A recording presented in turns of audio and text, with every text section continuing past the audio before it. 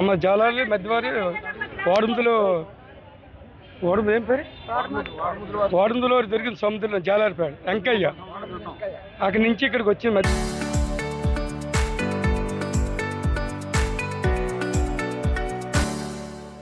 మధ్యవారింటికి అందరికి 9 గ్రామాల నుంచి సర్దుకొని అన్ని చేస్తున్నాం అంట.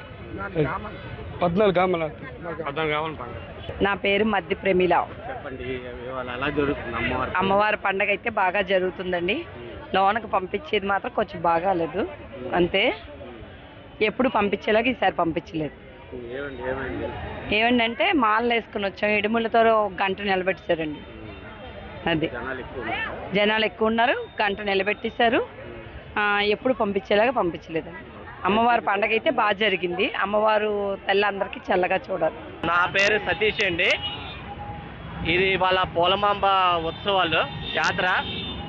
గత నెల రోజులు బట్టి జాతర జరుగుతుంది మనకి. ఇది అమ్మవారు చాలా సత్యమైన తల్లి.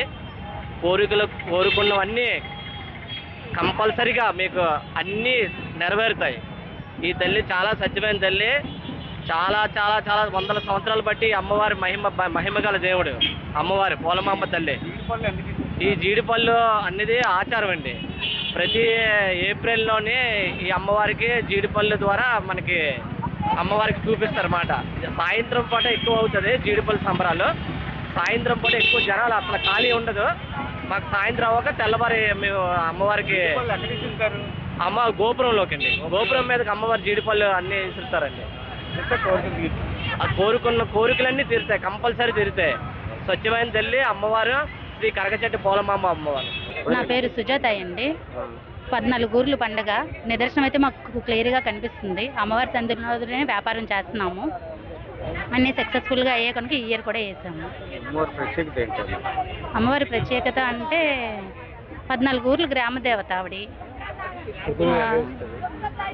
కోరికలు తీరుతాయి. అమ్మవారు సముద్రంలో దొరికారు జాలార్లకి. ఫస్ట్ పండుగలు చేస్తారు. అమ్మవారి పెద్దిల్లు ఇక్కడ ఒకటి ఉంది.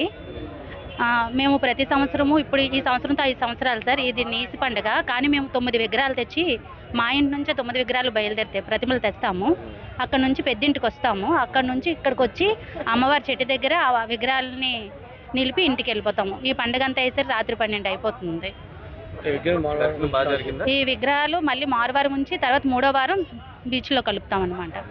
దర్శనాలు అవి బాగానే జరిగాయి సార్.